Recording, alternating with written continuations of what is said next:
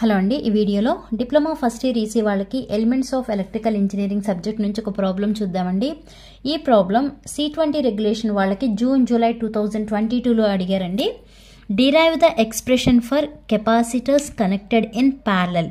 Okay, దేనికి expression రాయాలి? Capacitors అనేవి ప్యారలల్లో కనెక్ట్ అయినాయి అనే దానికి ఎక్స్ప్రెషన్ రాయాలి. Next, find the equivalent capacitance of 1 microfarad, 2 microfarad and 3 microfarad connected in parallel. ఈ derive the expression for capacitors connected in parallel అనేది నేను ఆల్రెడీ పోస్ట్ చేశానండి. ఓకే, ఎవరైనా చూడని వాళ్ళు ఉంటే ఆ వీడియో చూడండి. ఈ వీడియోలో అయితే ప్రాబ్లం ఎలా చేయాలో చెప్తాను. Find the equivalent capacitance of 1 microfarad, 2 microfarad and 3 microfarad connected in parallel.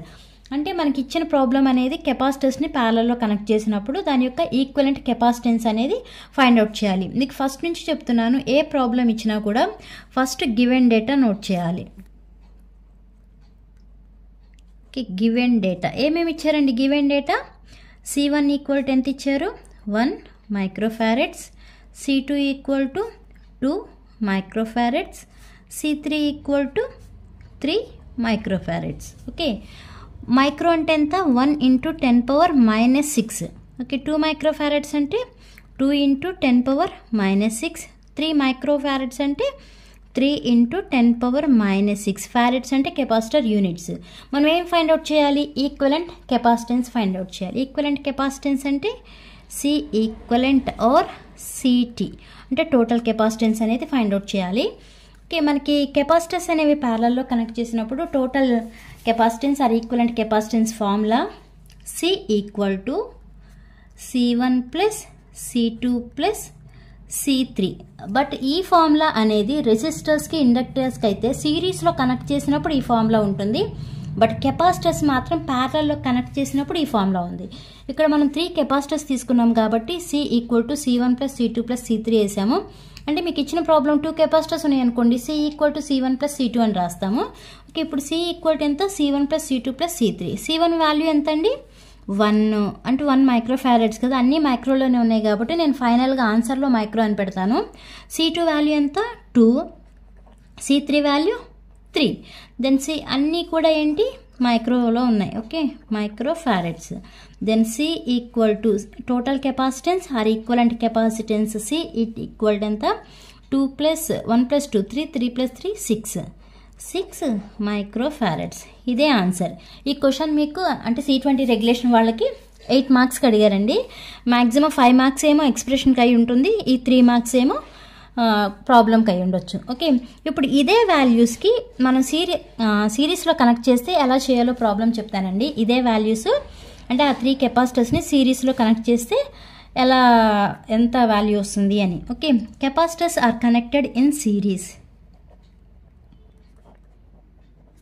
Capacitors are connected in series. మీరు ఇలా డెరివేషన్తో కూడా రిప్రజెంట్ చేయొచ్చు. ప్యారలల్ అంటున్నారు కాబట్టి ఇలా 3ని కూడా ప్యారలల్గా ఇలా వేసుకోవచ్చు. ఓకే, C1 C2 C3 ఇలా.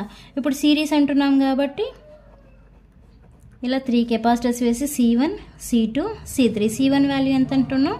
1 మైక్రోఫారెడ్స్ అంటున్నాం. C2 వాల్యూనేమో 2 మైక్రోఫారెడ్స్, C3 వాల్యూ ఏమో 3 మైక్రోఫారెడ్స్. ఓకే, ఇలా తీసుకోవచ్చు. ఇప్పుడు ఇవి ఎలా కనెక్ట్ అయ్యి ఉన్నాయి? సిరీస్లో కనెక్ట్ అయ్యి ఉన్నాయి.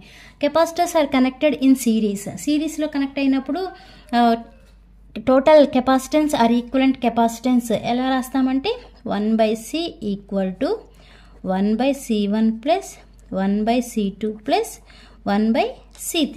మనకి ఎన్ని కెపాసిటర్స్ ఇస్తే దాన్ని బట్టి ఫార్ములా రాసుకోవాలి. ఇప్పుడు 1/C ఈక్వల్ టు 1/C1 అంటే ఎంత? C1 వాల్యూ ఎంత? మనకి 1 కదా, plus C2 value 2, C3 value 3. Okay, 1/C equal to LCM చేయొచ్చు కదా, 3 2s 6 అంటే ఇక్కడ 6 ప్లస్ 3 ప్లస్ 2 అంటే 1/C ఈక్వల్ టు ఏమని రాయొచ్చు? 6 ప్లస్ 3 అంటే 9, 9 ప్లస్ 2 అంటే 11/6. అంటే ఇప్పుడు మనకి 1/C ఈక్వల్ టు 11/6. మనకు కావాల్సింది ఏంటి? Total capacitance or equivalent capacitance కదా, అంటే C ఈక్వల్ టు ఏమని రాస్తాము?